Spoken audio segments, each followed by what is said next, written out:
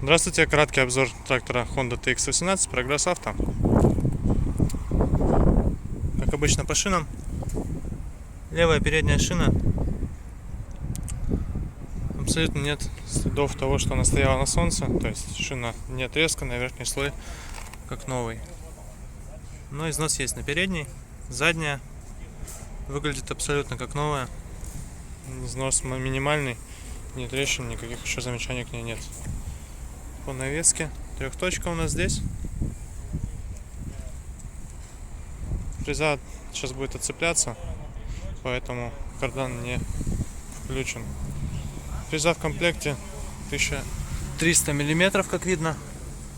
Состояние ножей.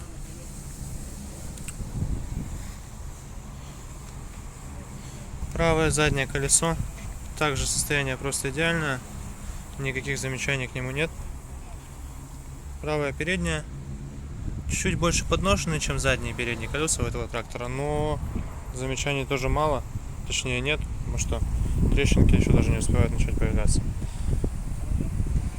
По остальному, по месту водителя, по левой стороне у нас пониженные и повышенные передачи, вал отбора мощности и основная коробка переключения передач.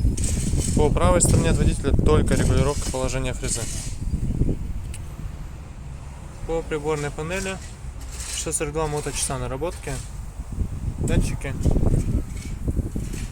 Здесь у нас, как видно, парковочка, он же ручник, ручной газ и переключатель фар, поворотников. Все остальное вполне стандартно. Блокировка моста, включаемый полный привод.